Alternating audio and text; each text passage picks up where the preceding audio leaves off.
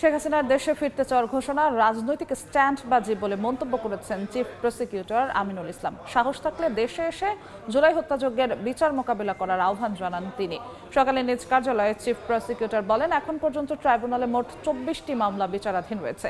এছাড়া শাহজাহান খান আমু, বিচারপতি মানিক সহ জুলাই হত্যাযজ্ঞের 10টি মামলার তদন্ত প্রতিবেদন হাতে পেয়েছে প্রসিকিউশন, যার যাচাই বাছাই শেষে দ্রুতই ফরমাল চার্জ হিসেবে দাখিল করার কথাও জানান চিফ প্রসিকিউটর। প্রক্রিয়ার মধ্যে বহুবার তাকে আসার জন্যে ওয়ারেন্ট ইস্যু করা হয়েছে, পত্রিকা বিজ্ঞপ্তি দেওয়া হয়েছে, কিন্তু তিনি আসলেন না।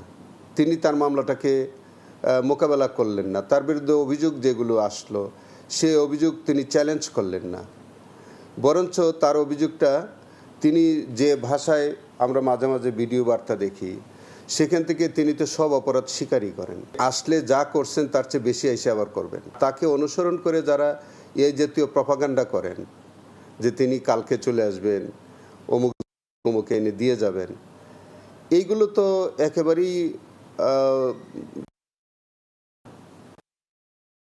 এইগুলোর উপরে কথা বলা তো আসলে আমার মনে হয় যে ঠিক হয় না।